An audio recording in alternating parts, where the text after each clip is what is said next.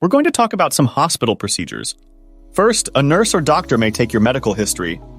They will ask you about past medical procedures, surgeries, allergies, etc. A nurse may then take your temperature to find out if you have a fever. A nurse or doctor may take your blood pressure to see if you have high blood pressure.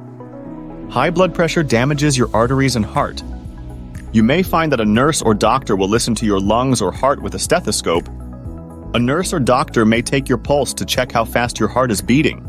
If you have a serious cut, a nurse may bandage that part of your body to keep the cut clean. A nurse or doctor may give you an injection.